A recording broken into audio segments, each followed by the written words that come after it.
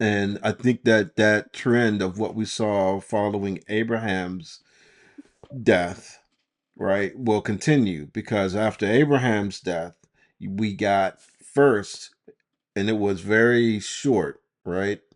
The descendants of Esau, right? The generations of Esau.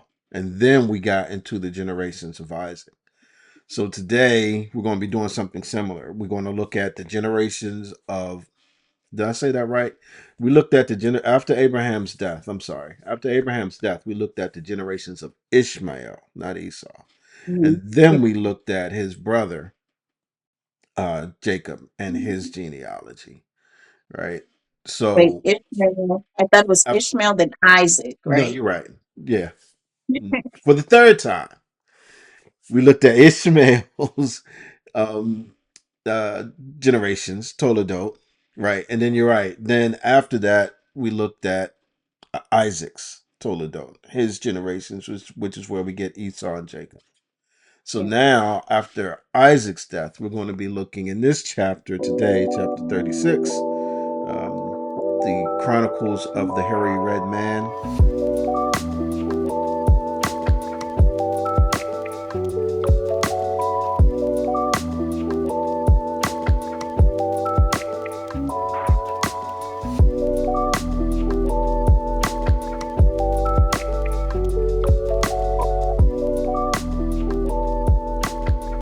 What's going on, XYZ is XYZ Nation? We're back at you with the next episode. We are Generational Scriptures. We are going through chapter 36 of Genesis today. And you know what? I don't really have a title. It's like names upon names. Um, I feel like I already used like keep on pushing or keep on trucking. So this is just we'll just call this episode names. How about that? Because this is going to be a bunch of names today. Maybe we should add something about it. Esau. Hmm. We could just make it simple and say Esau's descendants, or It's too if easy. you want to make it funny, you can do your red hairy man. That's a good one. The Red Hairy Man's Chronicles. I think that's good. That's a good one. The Red Hairy Chronicles. And in order for you to get it, you have to have understood and been with us. In the previous chapters where we talked about where was it when he was born, he was hairy, Yeah. right? And Yeah. then the stew. And did it say he was red too? I want to say he was red. I think when he was born, he was red and Right. hairy, And but hairy. then the stew, I think, is where the Edom came Right. from. Yeah.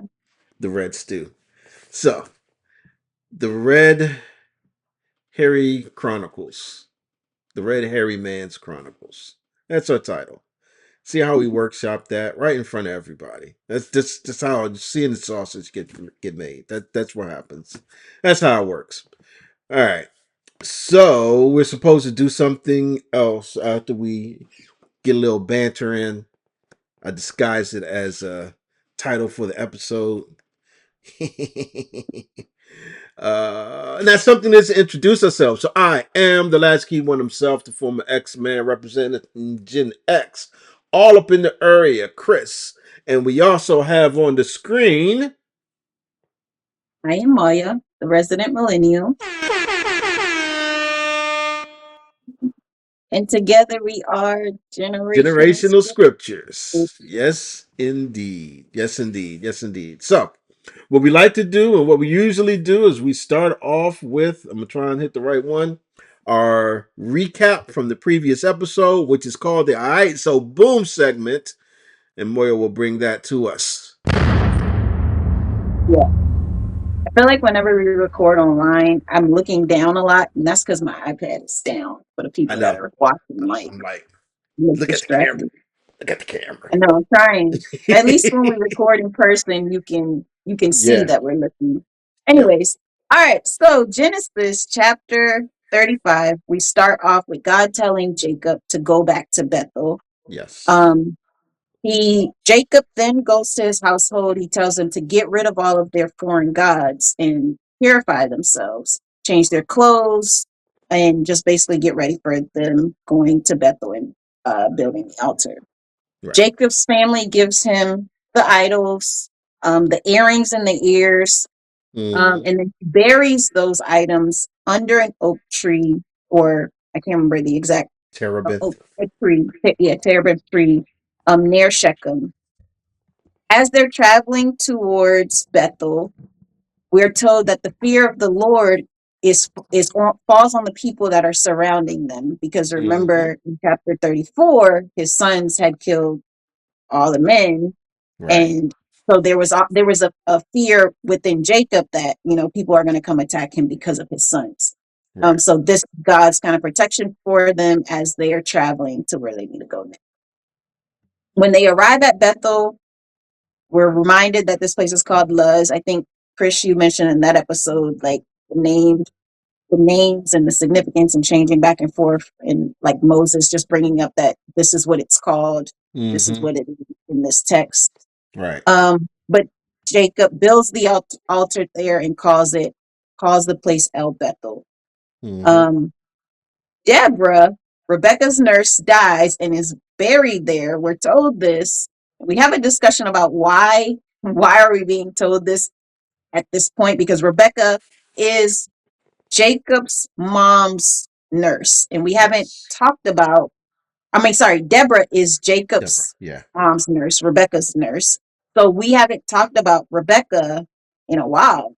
Yeah. So this her nurse being mentioned just seemed very random and out of place. But we had a discussion about that, so definitely go back and check that out.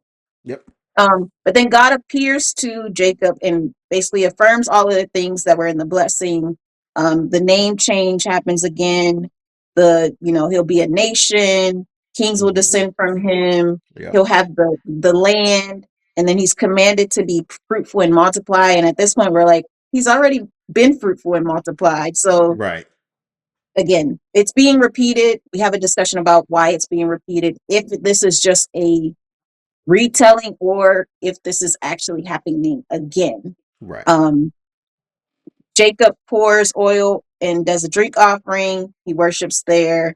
And then we find out that as they're traveling to Bethel, Mm-hmm. Rachel goes into labor. Yes. She is having hard labor. And as she's dying, her midwife lets her know that she's having a son. Yep. And she names the son Benoni, meaning son of my sorrow. Mm-hmm. But Jacob calls him Benjamin, son of my right hand.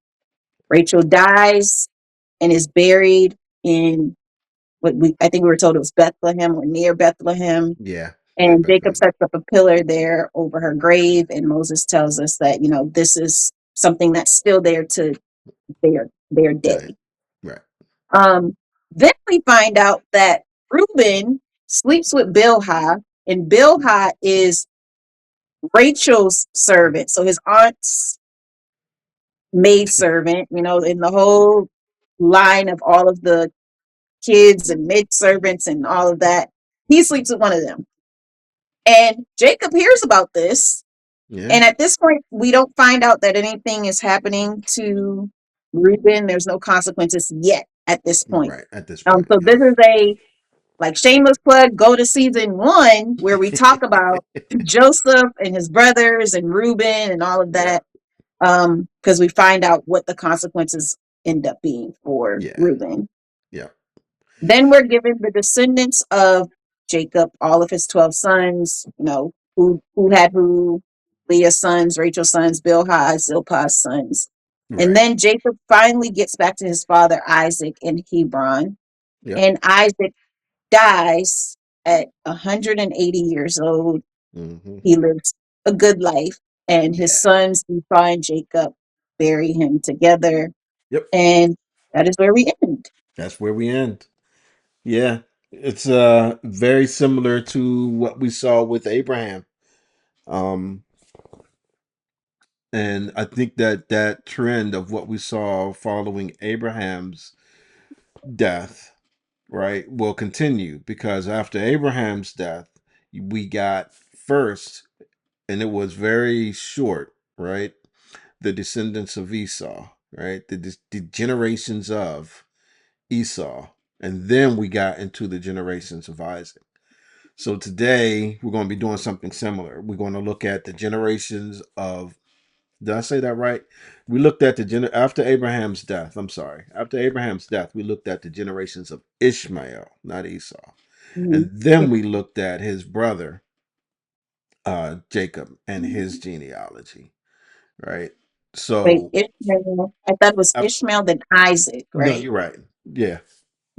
For the third time, we looked at Ishmael's um, uh, generations, Toledot, right? And then you're right. Then after that, we looked at Isaac's Toledot, his generations, which is where we get Esau and Jacob.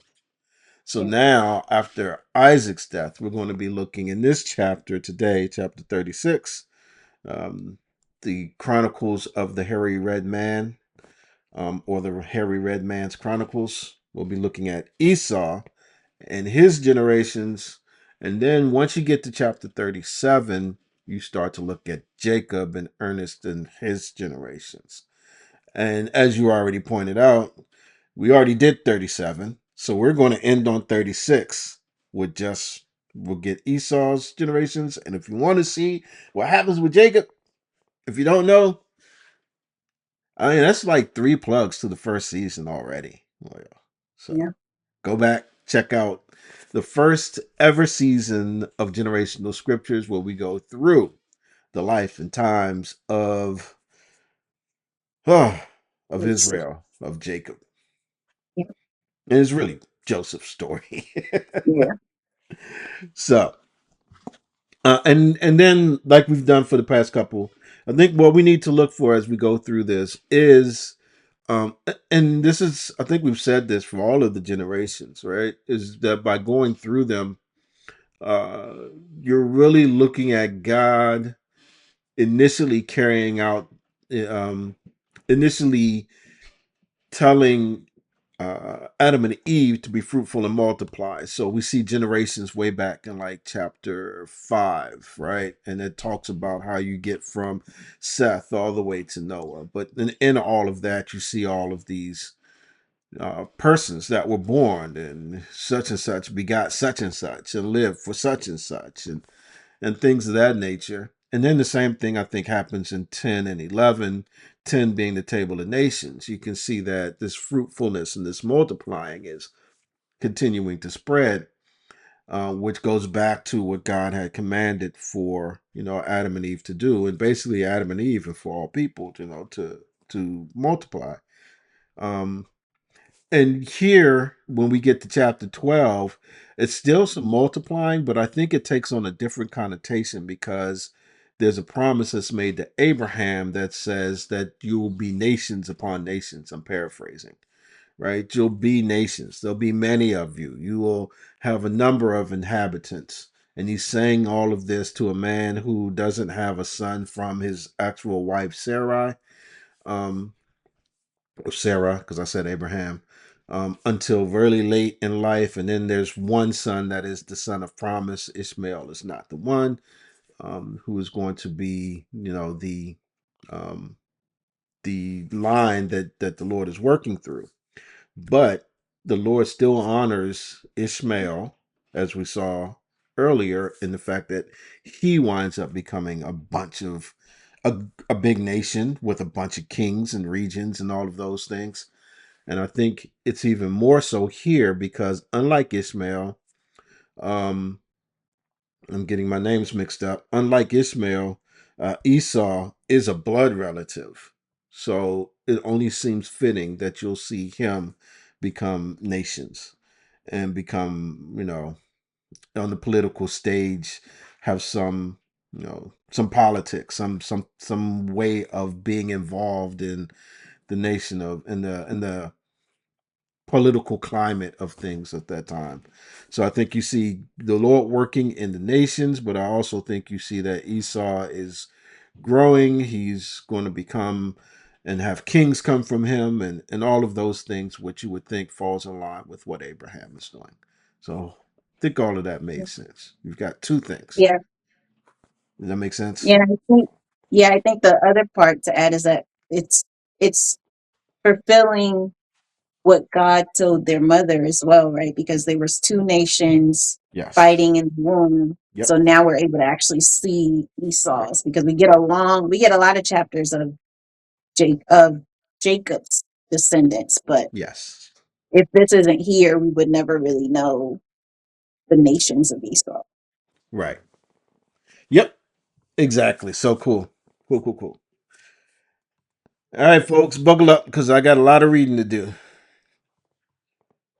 So first, we are going to read from Genesis, and we'll stop and talk a little bit about each of these as we go through them, or anything that stands out. But really, and we've had to do this before, like I said, for chapter 5 at a minimum that I can remember. I feel like it's one more chapter we had to do it for, maybe 11 or something along those lines. There was one in Joseph's story. Yeah. We had to do a generations, but yeah, I think we did names in Joseph's story in season. Okay. Yeah. So just bear with us. It's going to be a lot of reading, but as I have learned by doing this, these are important to go through. Um, just because they're really trying to get a point across. All right. So Genesis chapter 36, verses 1 through 8. These are the generations of Esau, that is Edom. Esau took his wives from the Canaanites: Adah, the daughter of Elon the Hittite; Aholibamah, the daughter of Anah, the daughter of Zibeon the Hivite; and Basemeth, Ishmael's daughter, the sister of Nebaioth. And Adah bore Esau. Eliphaz, Basemath bore Ruel, and Aholibamah bore Jeush, Jalam, and Korah. These are the sons of Esau who were born to him in the land of Canaan. Then Esau took his wives, his sons, his daughters, and all the members of his household, his livestock, and all his beasts, and all his property that he had acquired in the land of Canaan. He went into a land far away from his brother Jacob, for their possessions were too great for them to dwell together. The land of their sojournings could not support them because of their livestock. So Esau settled in the hill country of Seir. Esau is Edom. For all of you who didn't know, Esau is Edom. The hairy Yep. man is the red man. All right. So, what sticks out to you in those verses? Anything capture your eye? Well, The names of Esau's wives do not match the names of Esau's wives that we were told before. And it like Basemat, right? uh-huh. Here it says in Basemat's Ishmael's daughter. Previously, Basemat was the daughter of Elon the Hittite in Genesis 26. That's the only name that actually repeats, but it's Yeah. a different person, it seems. Yeah. I was going to initially go through and be like, maybe it's like, I don't know, names that have the same meaning or something, something, but it wasn't that. So I just, I was like, it's no point of me trying to dig and figure it out. And I couldn't Yeah. find any commentaries that could explain why it changed, why the names are different and why they changed. Yeah, I'm with you. So they are different. Um, when I was looking at it, there was one that was saying something to the extent of, "This was an error made." I don't know if I like that. I mean, even though it could be possible. Um, some commentaries, like you said, didn't even touch on it. The one that I usually read, I'm like, you don't even talk about it, like just sweep it under the rug.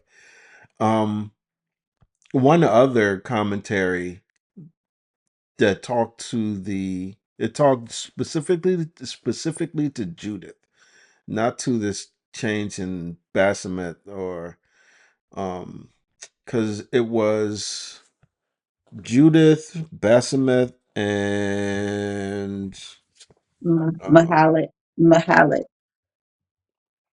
was was was that Ishmael at first. That was the original Yeah, three. yep. That was and so Basameth and Mahalath, there was no discussion about them. But Judith, they gave this idea that maybe she's not mentioned here because she was barren, and that if you're putting together a chapter on the generations, the offspring, the progeny, and the nations that, you know, Esau becomes, then the author didn't want to include her. But then I'm like, is that the same thing for Mahalath as well? So,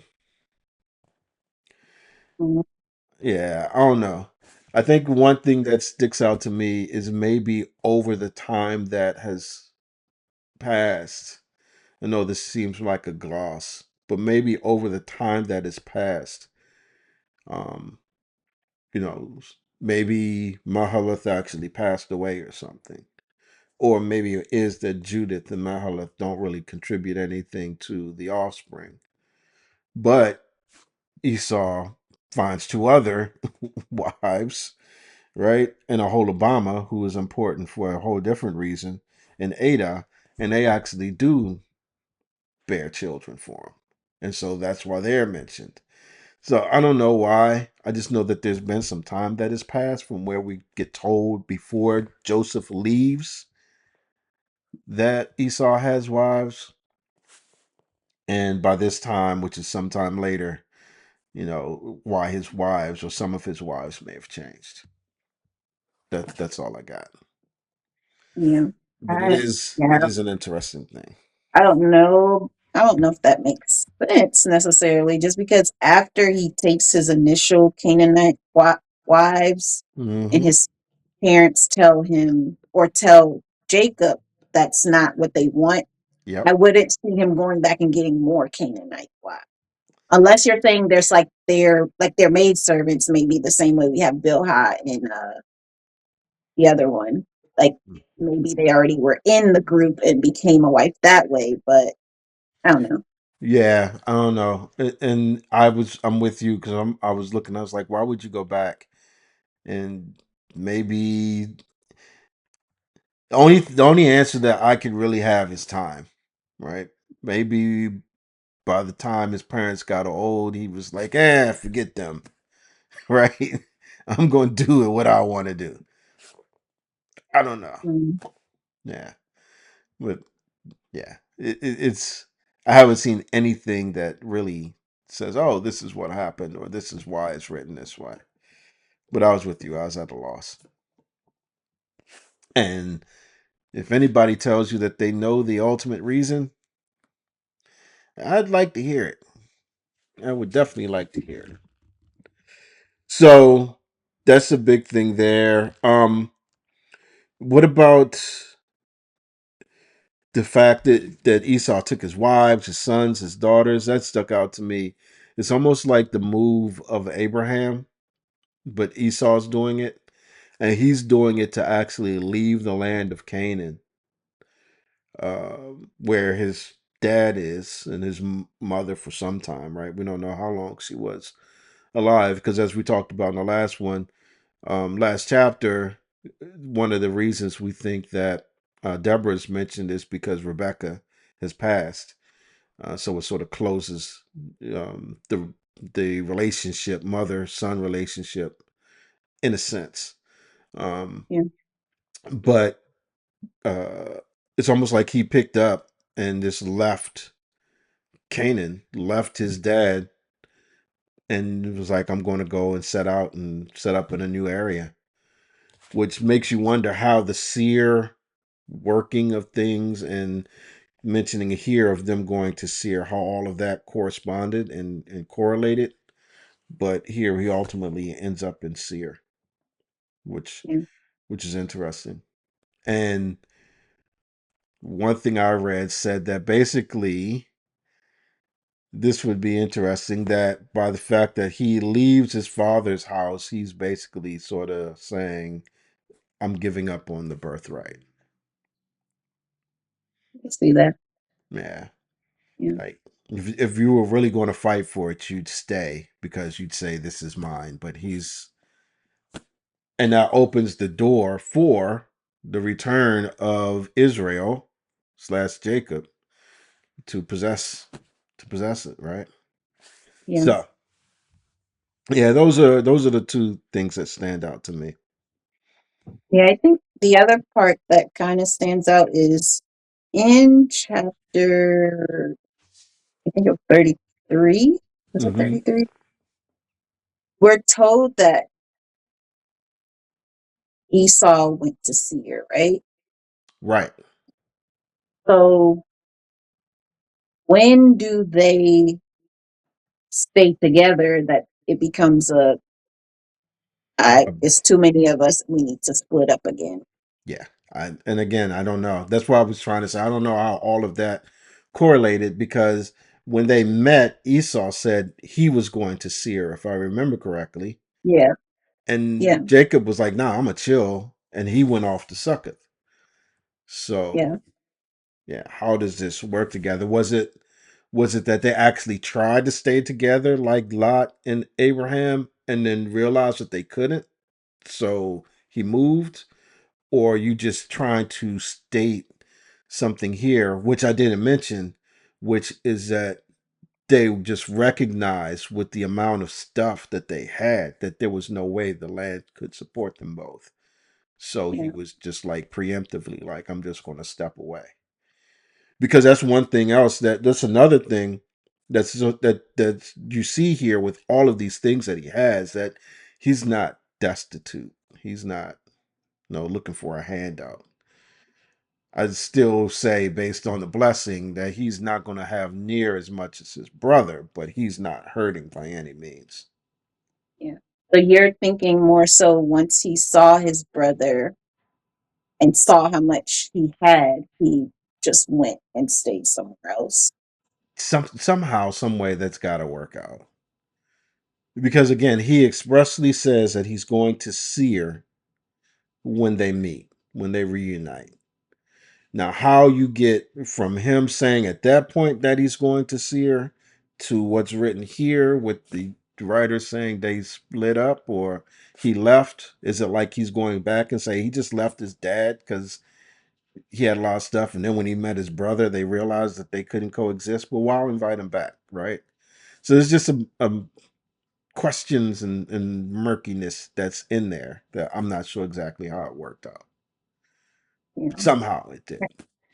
Yeah, I think I kind of like the idea of him seeing how much Jacob has and then being uh, like I'd rather just go somewhere else. Because it says in 33, chapter 33, verse 16, so Esau Hmm. returned that day on his way to Seir. Like he was going to just, I don't know if that's where he initially said, let's go together to. Right. Yeah. So you're saying it could have been that they met up. He saw his possessions. He looked. Esau is the he. Saw Jacob's possessions. Looked at his possessions and was just like at that moment in time said, "We're going to head to Seir." Yeah, because initially he's saying, "Hey, let's just go together. Right. Let's go together back home." And then Jacob says, "No, I need to go a little slower." Da da da da. And then when he finally is leaving, after he says, "Hey, take some of my men," he says, "No." Then they say he goes Hmm. here instead. So Right. or he goes here. We don't know where he was going initially. He may have been going back home, but now in chapter 36, we're seeing he went and got his family and Yeah. went to see it. And they made a point of saying that his family were born to him in Canaan. So yeah, it could have been that he saw them. The brother Jacob's back. Let me go get my family. I got a lot of stuff. He's got a lot of stuff. Let me head on out. I Yeah, like that in terms of a timeline. yeah. Um, hey, I think that like you makes more said, sense than them living together for a period than yeah, separated because we don't have a time of them living together, and I don't know that that would be taken out. That would seem like an important thing to leave in if they did stay yeah. together. See, again and again, this is where we go to the room, right? And we hit the play Mhm. button and see exactly what happened.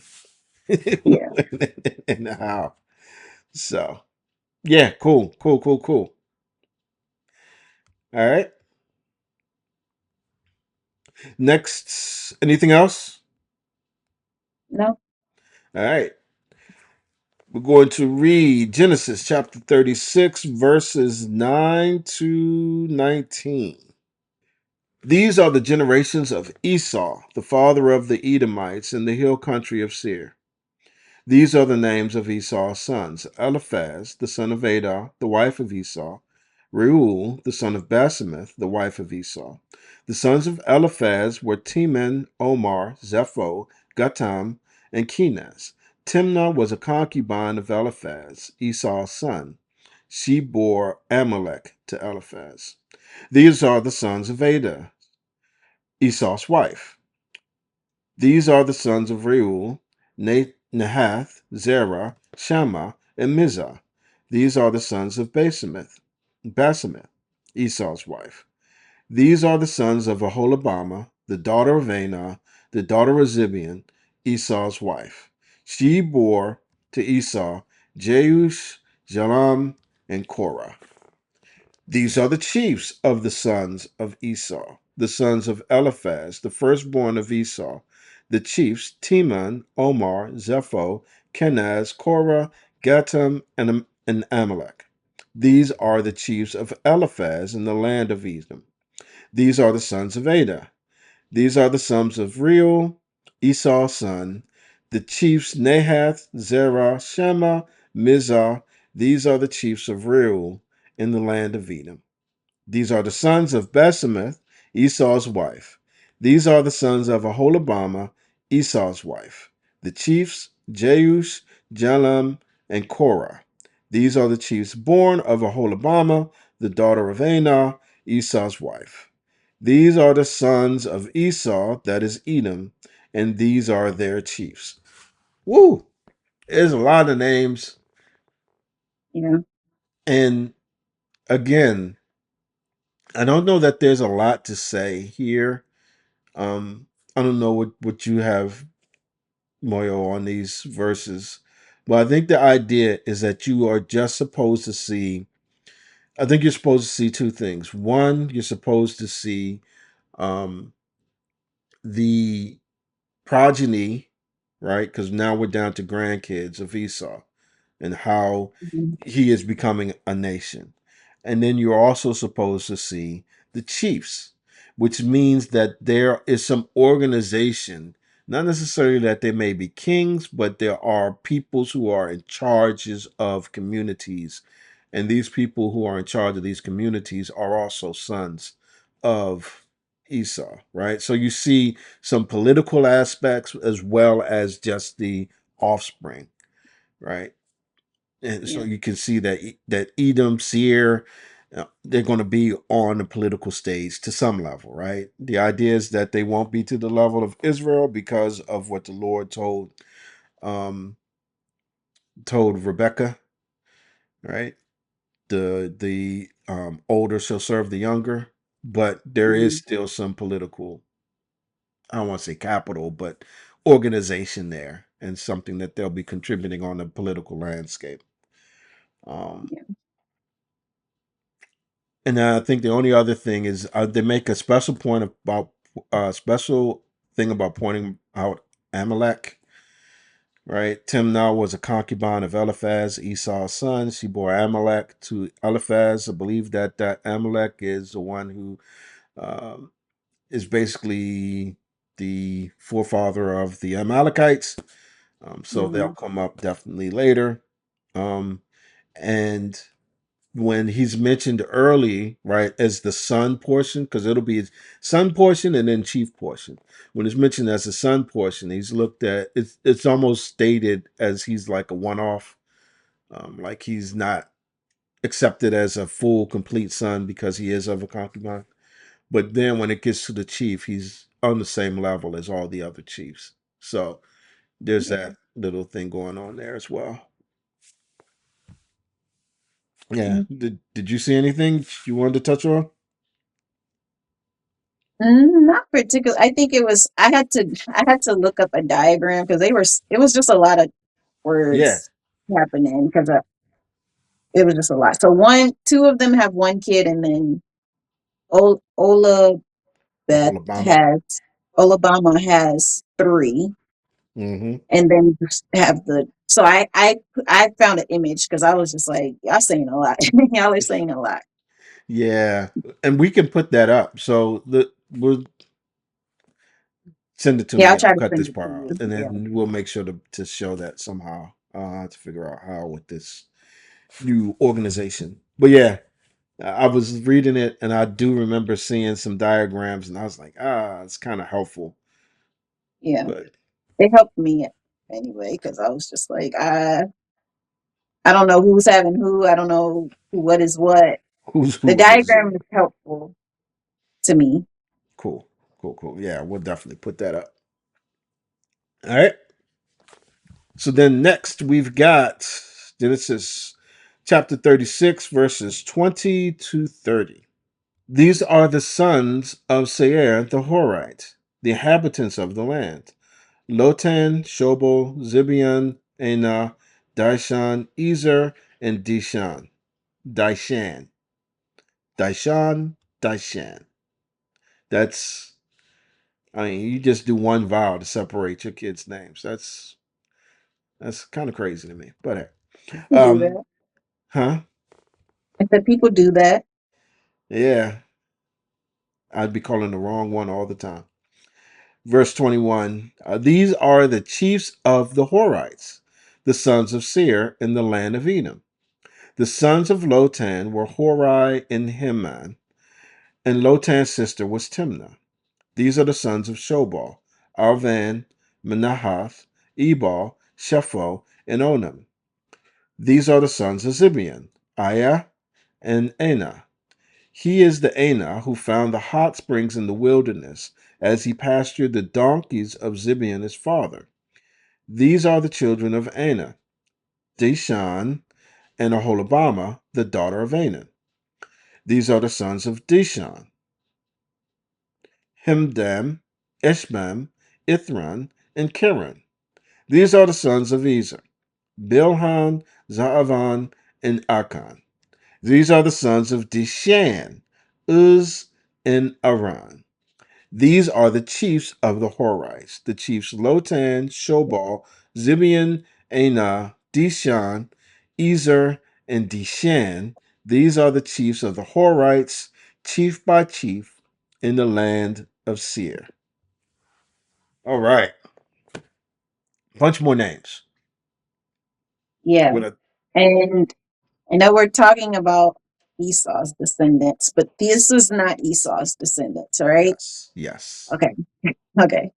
So that was confusing me initially. Like, who are these new people? But this is the land that he went to, and they yes, are now being included right, in his little section too. yeah, and I think it's to sort of show, not even to sort of show, but to show that there were inhabitants where Esau was going in Seir. So Esau went there. Esau wound up marrying Anah's daughter, Aholibamah, which brought those two together. And then it's like the Edomites sort of take over, if that makes sense. Hmm. So that's what I think this is showing. Because I was like, wait a second, Aholibamah, Anah, hold on. And I think that's the link that when we get to above, where it talks about and Aholibamah bore. So let me see. Right. Esau, chapter verse 2. Esau took his wives from the Canaanites: Adah, the daughter of Elon the Hittite; Aholibamah, the daughter of Anah, the daughter of Zibeon the Hivite. So she was in Seir, I believe. That's why it makes a point of talking about Anah and Zibeon. And then it also mentions Aholibamah as the daughter of Anah. And so that helps to unite these two nations, these two groups of people where they eventually become known as the Edomites overall, and they are residing in Seir. So they just, it's almost like, remember when we looked at not last chapter but chapter 34, and the Shechem folks, right, were like, hey, we can combine, let's marry each other's, and then we had that discussion about that line that was like, and will not all their stuff be ours? This Yeah. is sort of what I was thinking, like eventually there's going to be one group that just sort of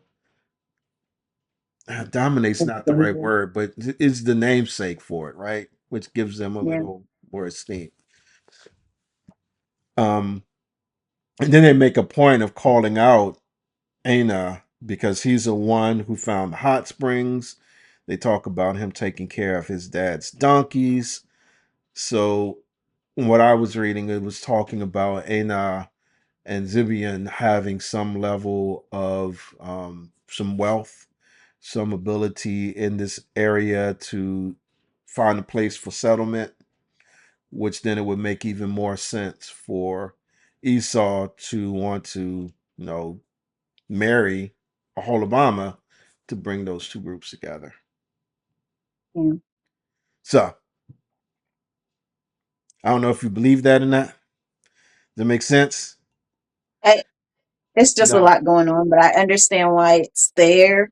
Mm-hmm. And I think for me, what I'm taking away is just that Esau has a nation, and this is that nation. Yeah. And eventually, when we get into um, other Old Testament chapters where they're bringing up like these are the people that they're warring against, and these are the people they're having issues with, we've already seen generations of um, other generations where we were listing names, the table of nations, and seeing Mm-hmm. these are some of those nations, and this is kind of the same thing where it's showing some of these people's names are going to come up again. So I'm just Yeah. leaving it at that because outside of that, it's getting it's getting a lot. Yeah, and I mean that's a really good point because now when we see Edom called out in future uh books in the Torah, in particular, I guess in Joshua too, right? You now have some basis for understanding why God may say to them, "Don't mess with Edom, for they're your blood," or something like that, right? Because oh, Mhm. that's right, they have that relationship. These are the offspring from Esau who are, the actual blood brothers of Israel, right? Yeah, Or where the Amalekites came from, or I think that's part of the reason these things are here because we'll see them later. And that's what I was one thinking as well. Like, oh, that makes sense. That's why the Lord would say to them, "Don't,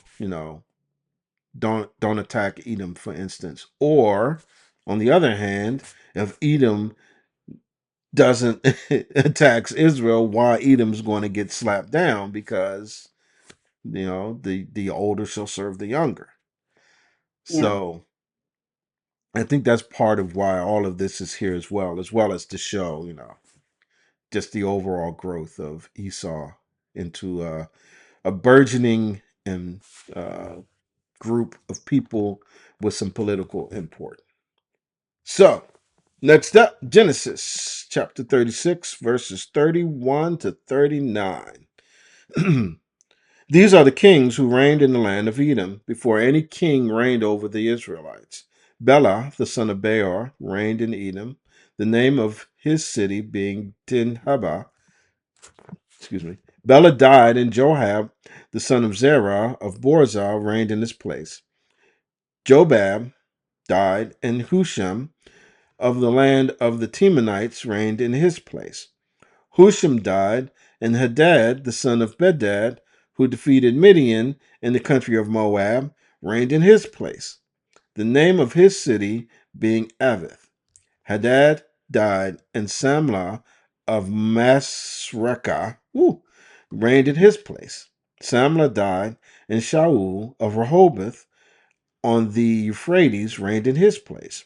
Shaul died, and Baal Hanan, the son of Achbor, reigned in his place. Baal Hanan, the son of Akbor, died, and Hadar reigned in his place.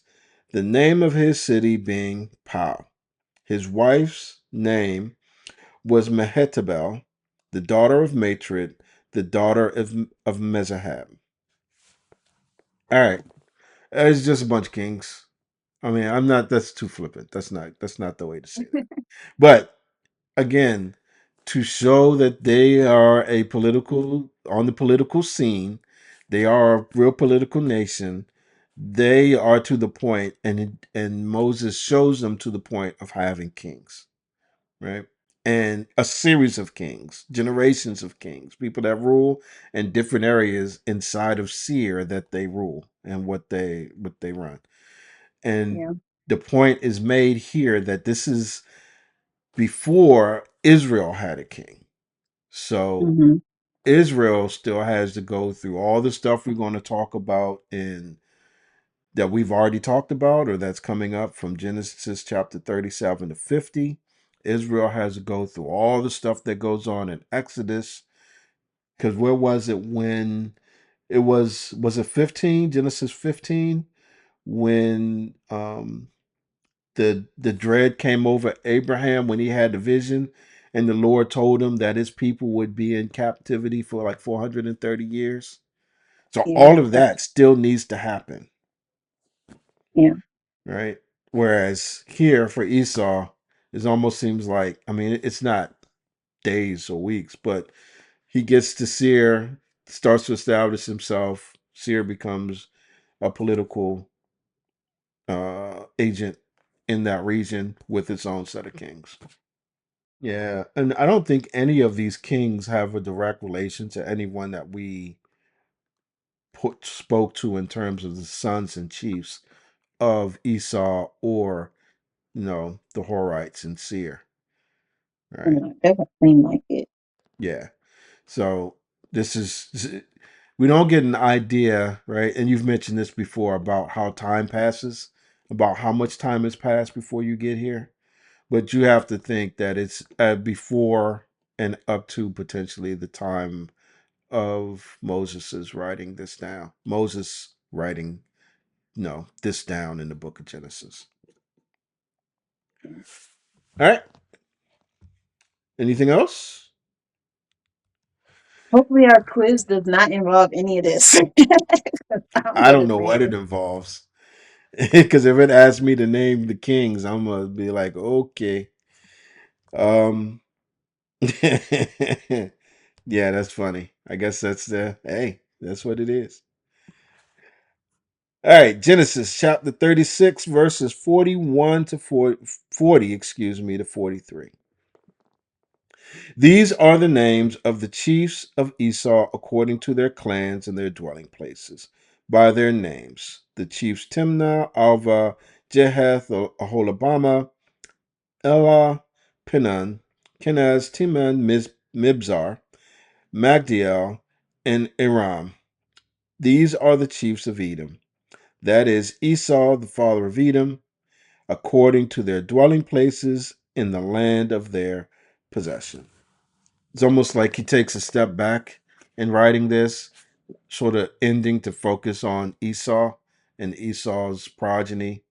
And I think we're just getting a list of, some of the chiefs, um, some that were lifted above and some that may be coming up in the future for Esau. Yeah.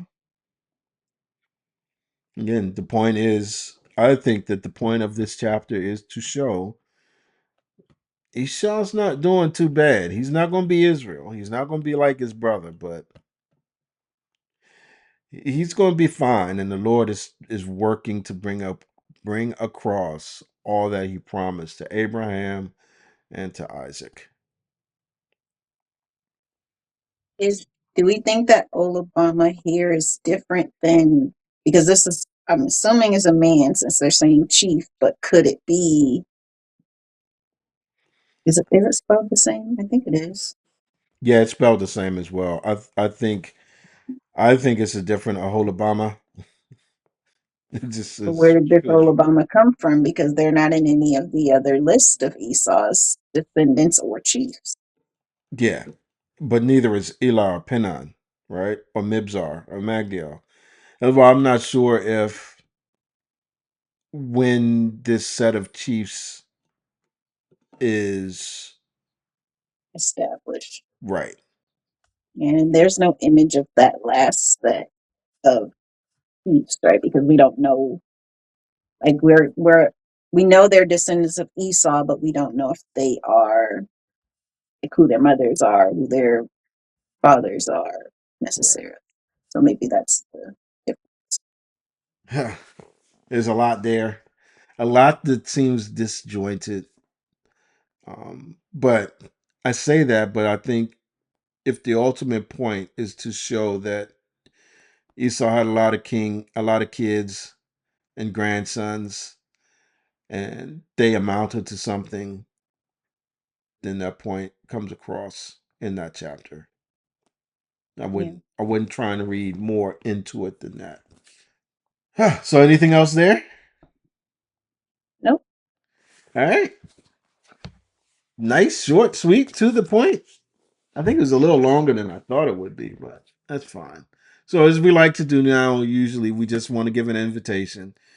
And I don't know that you see it this much as aside from the Lord just carrying out his promises, right? I think that's what we can take from this is the fact that the Lord carries out his promises. He promised Abraham, he promised Isaac, and he promised Abraham and Isaac in this case that they'll have nations, and we're seeing that fruitfulness here. The Lord has promised a long time ago, and I keep going back to it because now it sticks in my head. Genesis 3:15. He basically promised that there would be the seed of a woman who would bruise the serpent's head. And in that case, as we can look back on that from where we stand now, we know that to be Jesus. Jesus is the one who deals with our enemies, unlike any other. He's the only one that can. So he deals with the death, he deals with our adversary, he deals with the one who is a deceitful liar and who has been a liar from the beginning. And we're so thankful for that because apart from that, we would still be under the wrath that happened way back in Genesis when there was fruit eaten that was not supposed to. And then that led all of us into this death spiral and into sin. But because of Jesus, we don't have that to fear anymore.